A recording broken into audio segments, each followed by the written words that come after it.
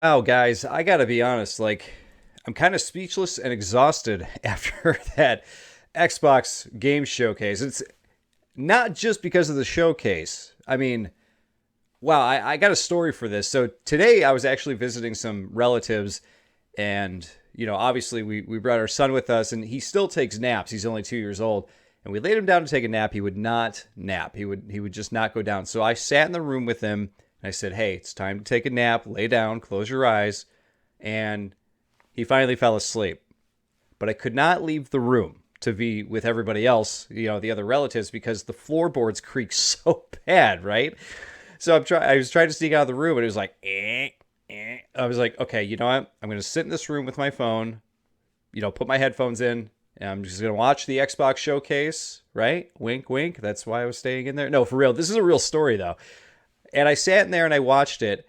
And every now and then I'd look up, make sure my son was sleeping. He eventually fell asleep. And then I just got absorbed into this showcase. And I was like, okay, it'll be like 20 minutes, and then I'll try to sneak my way out of the room again, back to the family. But this thing went on for an hour and a half. I started it probably 15 minutes late, and it kept going and going and going to the point where, like, it was just finishing up when my son was finishing his nap. Like, it was insane. That's how much stuff was going on. And whatever I missed, I just came home and watched the rest of what I missed. And I was just like, "Poof." And it's not even that everything they showed was amazing, though. Don't get me wrong. Like, I think 80% of what they showed looks amazing. But there was so much. And it was like they'd show one game, right? And then they'd show like a good 5 minute demo of something. And then they'd be like, boom, world premiere. Here's another one. And they'd be like, boom, console exclusive. Boom, another world premiere. And it just kept going. It was like boom, boom, boom, boom. They went game after game after game after game. I don't know how many games they showed, but I was just like, I was kind of in awe because the whole premise of this showcase is that they were showing what's going to happen on Xbox and Windows PC, the games coming out for the next 12 months. This was only a year, okay? This wasn't just like, hey, these are coming at some time in the future. No, this was like from now until a year from now. So they didn't show anything that was like 2024 or dated, future or 2025, whatever. I was like, this is all like, I know things get delayed. I'm sure a handful of these games will get delayed, but my God, man. And almost all of these are coming to Game Pass too. So I was like, I don't think I have the time for all of these games. Like, there's too many games, guys, right? Oh my Lord. All right, so I actually have a very long list of games that I thought looked great from this showcase that I'm going to go over here for you guys. I'm going to get some mentions here in the beginning, though, just in case I missed a few that you guys might be like, well, why did he mention that? I think it looks cool. I wanted to mention the Kojima announcement. They did announce that they're working on a game with Hideo Kojima of Metal Gear fame, right? And Death Stranding and whatnot. But they showed nothing. They basically, Kojima just kind of came on the camera and was like, yeah, working on an Xbox project, and it has to do with the cloud, and it's going to be really experimental and kind of crazy and something that's never been done before, which, of course, it's Kojima. Why wouldn't it be, right? But that's all they showed. So I'm not including that because I want to see what he's making before I get excited about it. Plus, it's probably 5 years down the line, so who knows, right? And then I also wanted to talk about, is it Wolong? Wulong or Wolong? I wasn't sure how they said it. But that is is it Koei Tecmo that's who's working on that? I missed it. I didn't write good enough notes here because I was trying to get to recording this video for you guys. But either way, I think that looks really cool. However, they didn't show any gameplay, so I'm not really sure what to expect from that game. But considering it's coming to Game Pass, I'm like, well, I'm going to check it out when it comes to Game Pass. And that's the thing. If I don't mention a game that you guys liked here, I'm going to try the game no matter what because it's on Game Pass. I'm a big-time Game Pass supporter. I love it. I absolutely adore Game Pass. I think it's so cool. I'm not sure how long Microsoft can actually keep this up, like, paying these different developers and publishers, like putting these games on their service. I don't know, but I'm going to take advantage of it as a gamer for as long as I can here because, man, all of these games coming. Also, they mentioned Overwatch 2. I'm a huge Overwatch fan, but I have a lot more thoughts on that game, so I'm going to save that for another video that I'll put up at some point probably this week. Long intro, I apologize. But hey, you guys like hanging with me, right? So, let's jump into the first game. So this really shouldn't be a surprise to anybody, but this game looks awesome. You guys should know what it is already. There it is, Hollow Knight Silksong. This is a game that was announced a few years ago, I think it was 2019, and they're finally showing off gameplay, and we finally have a window of release for this. It's within the next year. I believe they didn't give it a release date whatsoever, but Microsoft, I guess, later confirmed on Twitter that yes, the game will release within the next year. So, could be 2022, could be 2023, but it'll be coming. If I had to guess, they're probably shooting for the end of this year. But the game looks awesome. If you like the original Hollow Knight, I mean, this is kind of a no-brainer for you, I think. I think you're going to absolutely love it. If you haven't played Hollow Knight yet, go play it. It's a very challenging, yet really well-done and well-built Metroidvania game. So if you're a fan of that genre, you are going to love Hollow Knight. And Silksong looks like it's going to be Hollow Knight, but like with a few other bells and whistles. It looks super, super cool. The effects look great. It's got the same awesome art style that Hollow Knight had. So I could, I safely say that I'm super excited for this game to come out. One game that I'm surprised more websites and channels aren't talking about is A Plague Tale Requiem. Now, I played the first game. I am not a stealth fan whatsoever, guys. I've talked about it on multiple videos. I've talked about it for the longest time. I don't like stealth games, but I liked the first game. I thought it was really, really well done. The story is really, really good. The main characters are very strong. And I don't mean that in like a brawn type of sense. I just mean like they have good dialogue. They have a good relationship together. It's believable. And it's just like so creepy and weird. You got these rats, that eat people, and just it is such a good game. If you have not played the first one, I fully recommend it. It's really, really good. If you're not into stealth games, I think you might still like it, because me personally, I can't take a lot of stealth games. I get too impatient. There's too much tension buildup. I can't get into it. But for some reason, that game really struck a chord with me, and I really, really liked it. So I'm very, very excited to check this one out. The unfortunate thing is that they didn't give a solid release date. It just said sometime in 2022. So for Microsoft, this might be an end-of-the-year release for them, because I don't think they have much else that was planned as an end-of-the-year game. So potentially this game could do really well, because it's not going to be going up against a lot of other stuff if they release it at the end of the year, for the holiday. But, man, does this look good. Like, it looks like more of the first game, just like a little bit prettier. The characters look older. And obviously this is going to set up for a final third game, with the story. So, very much looking forward to see where this is going to go. So I did not pick a game of the year for last year, but if I did, it easily would have been Forza Horizon 5. I love that game. It's so good. I love the series. Like, that series of games is just like up in my top for sure. It is just so fun to turn your brain off and race around the island or wherever you are. In 5 it happens to be Mexico, right? So good. And here we are with the first expansion for it's Hot Wheels themed, which is what they did in Forza Horizon 3 as well. They did a Hot Wheels themed expansion. So I'm very excited to check this out, because you can see that they've actually introduced like lava and snow and that kind of thing in there. They took a lot of the elements, seasonal elements, and introduced it to the Hot Wheels stuff. And I'm like, okay, I'm already in. I already love Forza Horizon. I am a fan of Hot Wheels and stuff like that. So I'm like, okay, cool, I'm in. Forza Horizon 4 did Lego. I wonder if that's what they're going to do for the next one, so that way they have like all toy, themed things. So they do like Hot Wheels and then Lego. It'd be really funny. But I do really wonder what they're going to do for the second expansion. The Hot Wheels thing was leaked and rumored for a while, so it's not a huge surprise, but I am very, very happy that it's coming out in July, because I could go for more Forza Horizon 5 for sure. I need some more, quests and some more drifts and stuff to do, man. Can't wait. So this game, Scorn, is a game that I don't really want to play, okay? I just want to see it. I want to see what it looks like in-game, because this game, you guys like body horror? Like, this looks like, David Cronenberg made a movie with, like, H.R. Giger or something like that. It is really creepy and gross and just, like, ugh. But I really want to see, like, how this game functions and where it goes and everything like that. I feel like it's in the same category as the Callisto Protocol, where, like, I don't really want to play it, but I want to see the stuff it has to offer because it is super creepy. It's got some weird stuff going on, and it's another one of those games that I was like, man, I kind of wish this was a movie so I could actually watch it, because I feel like it's too creepy and gross and scary for me to actually want to play. You know what I mean? I become a big wuss in my older age, that's for sure. But I would definitely watch this as a film. But as a game, I don't know. But it's got one of those like weird feels to it where I'm like, you know, I really want to see what it's about, how it looks, how it functions, how the weapons function, what the puzzles are like, what the fighting is like, you know, that kind of thing.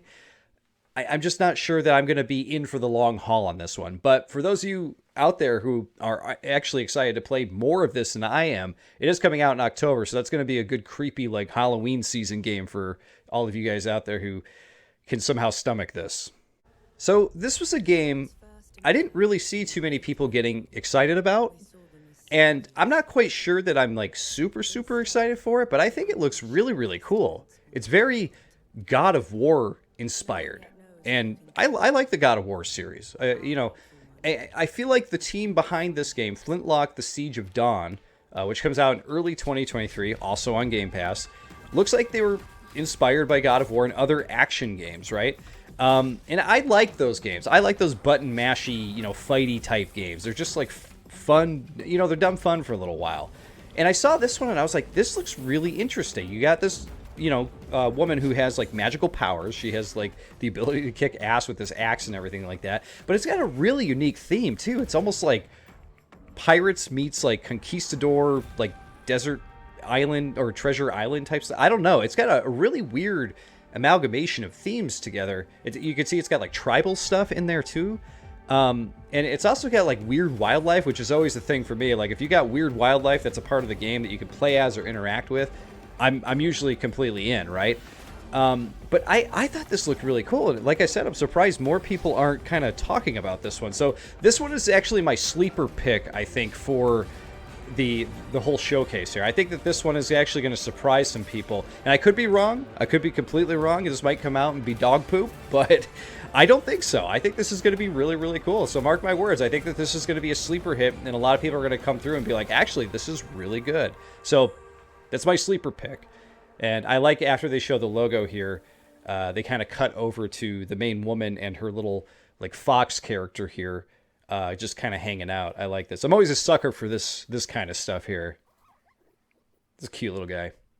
So I am not what you would call a huge Minecraft fan. Like I've played Minecraft a couple times and I get what it's going for. I get the crafting. I get the, you know, the mining and that kind of stuff. Like I get it. I get why kids like it. I get why it's so popular.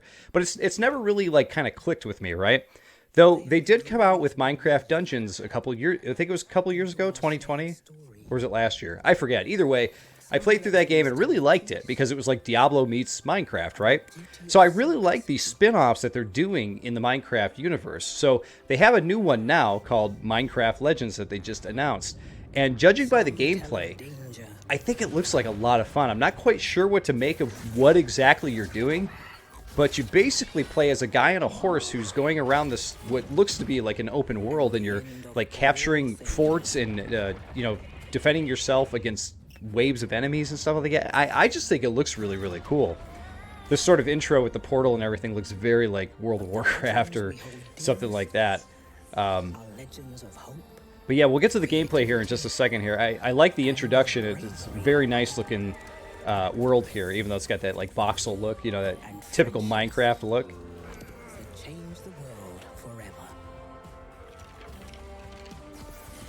Here we go, a guy on the horse, kind of trudging through. Good introduction. This is the legend of a united overworld. Look at that. United by you. United by you. So here you can see your character on the horse. It looks like you're always on horseback. So you're kind of going around here. You still craft your fort here, which is cool. So you're taking out waves of enemies. It looks like you're going into forts and trying to take them out or take out portals or something like that. I don't know. It looks pretty interesting. It looks kind of fun. So this is definitely made my list because it just looks like it'll be a good time. So this is one of those games I just want to give a little bit of love to, because I feel like nobody is going to talk about this game maybe until it releases next year, spring 2023. It's going to be on Game Pass, so you can check this one out if you have Game Pass. But it's got a sort of Limbo inside, Play Dead developed feel to it, but obviously with more color, and which you'll see in a second, and an actual story to go along with it, characters who talk, that kind of thing. But the reason it calls to like Limbo Inside, if it's got that dark feel to it, anyway, I belabor the title. This is the last case of Benedict Fox, and it's a 2D platformer, and it just looks really cool. It's got a like really nice art style to it. It's got a creepy feel to it. It's somehow bright and dark at the same time. I really dig it, and this is a game that I'm actually like I'm looking forward to this one just because I really like the look and feel of it. You got these monsters pursuing you while you're jumping through all these like really ethereal places and stuff. Looks like there is going to be like certain combat encounters and that kind of thing. It just looks like it has a lot to offer in the art style and mechanics department. So this is one that I think it's another sleeper hit. It's not my sleeper pick like Flintlock is, but this is another one that I don't think people are going to talk about much, but when it comes out, I think it's going to surprise a lot of people. So this will not be a surprise to anybody that Diablo IV is included on the list. I love action RPGs. I love the Diablo series, Nick's Diablo Immortal, I suppose, right? I haven't played it, but the microtransactions definitely are keeping me away from it. But here, we are showing off the Necromancer. The Necromancer was announced as the newest and final class that will be in the game when it releases in 2023. That's right, it's coming out in 2023, which is interesting because they showed off Diablo IV, they showed off Overwatch 2, and they showed off Modern Warfare 2. These are all Activision Blizzard games. They're all shown off during the Xbox showcase. And what was interesting about that is that we know that Microsoft is buying Activision Blizzard, but they're still in the middle of that whole deal, right? It's not finalized. So they're showing stuff, but none of these games were marked for Game Pass or anything like that, So I'm thinking they're waiting for the sale to go through until that stuff is added, right? Here, I'm actually going to pass through the talking here. We're going to jump right into the gameplay. So they show off a lot of great gameplay from Diablo IV. And if you're like me, you're kind of like rabid for another Diablo. Like, I played a lot of Diablo 3, like tons of Diablo 3, but I'm over it. I'm retired from that game at this point. The seasons don't draw me in anymore. I don't really care about collecting pets in the game anymore. But a new Diablo 4, or rather this new Diablo installment with 4, it just looks awesome. Like, They said in the beginning they were expecting to go back to a darker look. Like, they want to go back to that darker, like, Diablo 1 and 2 feel, right? And it definitely looks like they've accomplished that, because 3 had a very streamlined, kind of, like, more vibrant look to it, even though it was still all about fighting and everything. And they're adding character customization. So, like, if you make a barbarian, you can make your barbarian look however you want to make them look, which I think is super cool. That is something the series has needed for a long time, because if you make duplicate characters for seasons and stuff like that, they all end up looking the same. So, like, if you want to play a barbarian again, you can make one look different than the other one, and you're like, oh.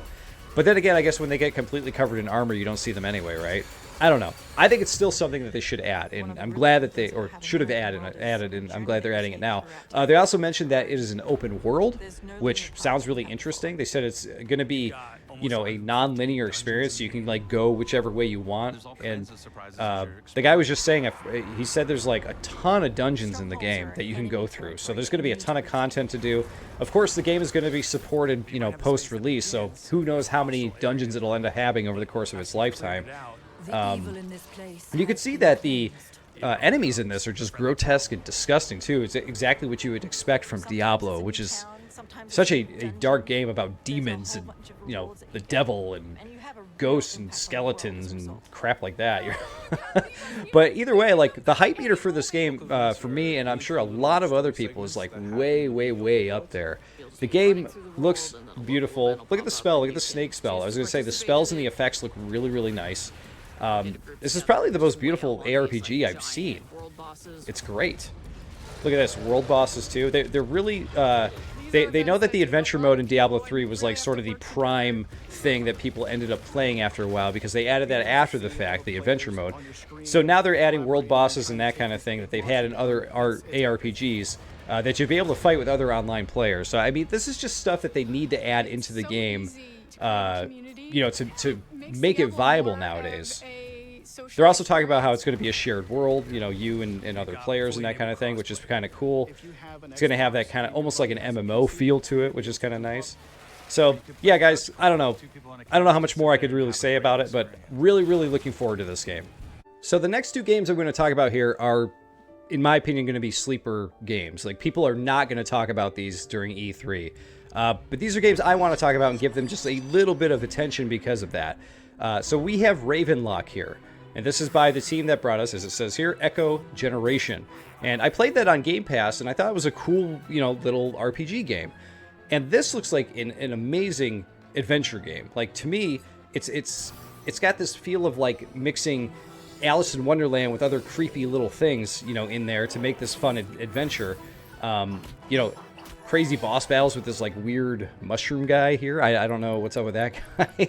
But it's still got that kind of voxely look that Echo Generation had. So they're keeping up, you know, appearances there, which is cool.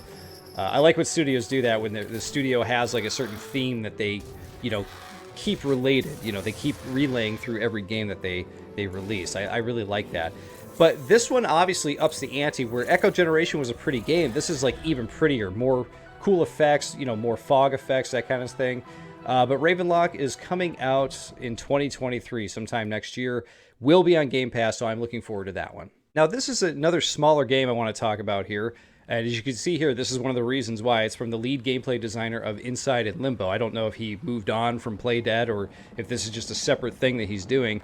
But the fact that he's involved, and the fact that it just looks like an awesome puzzle game. But this is Cacoon. This is another game, like I said, I don't think many people are really going to talk about after the Xbox showcase here. And I wanted to give it a little bit of love because I think it looks awesome. It looks really weird, for one, because you play as this dude who's got like wings, who jumps around and solves puzzles with like orbs and eggs or something. I don't know what's going on. But take a look at this gameplay here. You know, you see he picks up this orb thing, and you carry it around, you put it on different areas to do different things. So like, he jumps into that orb, and then jumps over here, puts that one down, which creates a bridge to go over to the next area. And as you're jumping and flying around, you're using different orbs to do different things in the world, like to activate like little robot guy to do certain things. So to me, I was like, oh, this just looks like a really fun, interesting puzzle game with like a weird like bug guy as the main character. So as soon as I saw this earlier, I was like, sign me up, because this looks really, really cool. So this is what I'm definitely looking forward to. It comes out in 2023. It's also it's another day one Game Pass game. So definitely going to be one I'll be checking out for sure. And do I even really need to introduce or mention it? But guys, Starfield. I mean, it looks awesome. I mean, is it Fallout or Elder Scrolls in space? Yeah, it's 100% what it is. I mean, did anybody expect any different, right? I mean, yeah. But the fact of the matter is, in this game, not only are you playing like a Fallout in space, but you get to build your own spaceship. You know, they show a little bit of that during the showcase here, but you build your own spaceship. And you get to build as many bases as you like on as many planets as you like. You explore, I believe Todd Howard said, like around 1,000 different planets in the solar system. So there's a ton to do in the game. And there's so much to explore, and there's so much that you could build and craft and create, and it's insane. It's kind of, like I said, it is what you would expect from a new Fallout or Elder Scrolls game, but in space with 1,000 more things to do, right? Those games previously were big, but this sounds like it might be the biggest game they've ever created, and it looks really, really good. Like, some of the planet terrain might look a little gray and like uninteresting, but this is definitely going to be one of those games where once you get into it, you're just going to have a ton of fun, because you're going to explore and find all kinds of weird items. You're going to find all kinds of weird creatures. You're going to spend a lot of time building bases and, you know, adding on to your ship and stuff like that. I mean, to me, this just seems like a huge time sink for a lot of people. And I don't know that anybody saw this and was like not, you know, immediately into it. Like, you know how they showed Fallout 76 like years ago before it came out, and people were kind of questioning it, and then it came out and it was kind of dog poop because it wasn't finished, right? This might have some of that Fallout jankiness upon release to it, But I think it's going to be one of those situations where people will forgive it like they do with Elder Scrolls and Fallout because of just how much content is in it. And Bethesda, for the most part, usually, sticks with their games to fix all of the issues with them. Even Fallout 76, at this point, they're still releasing expansions for it, and it may have gotten a bad reputation at first, but over the years, it has fixed itself. But let's hope that Starfield, it's not like a No Man's Sky situation where they release it and it's just like not at all what people expected. Here we're gonna actually see some of the combat. So yeah, Fallout, right? You equip a gun, you take dudes out. There's no VATS, so you just have to do things real time. One thing I did notice though is the really simplistic UI. You notice that like your gun selection method, your XP bar, the level and health bar that they show for the enemies, everything is very simplistic. It's just like black text on white background, squares. Even the locking minigame they have here, very simple. Like there's a little pattern on the white and black there, but like very, very simple stuff. And I don't know if that's, they're going for that space look, trying to keep it very sterile, very clean, like it would be on a spaceship, which I assume is what they're going for. But that's what I noticed immediately. Was just like how that looks. As you go forward, though, we'll let this kind of finish out here. That guy just kind of walked. The Bethesda UI is still around. Oh, that's funny. The guy just went flying off. I didn't notice that the first time I watched it. Did you see that enemy just like walked in front of him and was like, hey, shoot me, kill me, right? We're going to skip Todd Howard here. We're going to go forward here.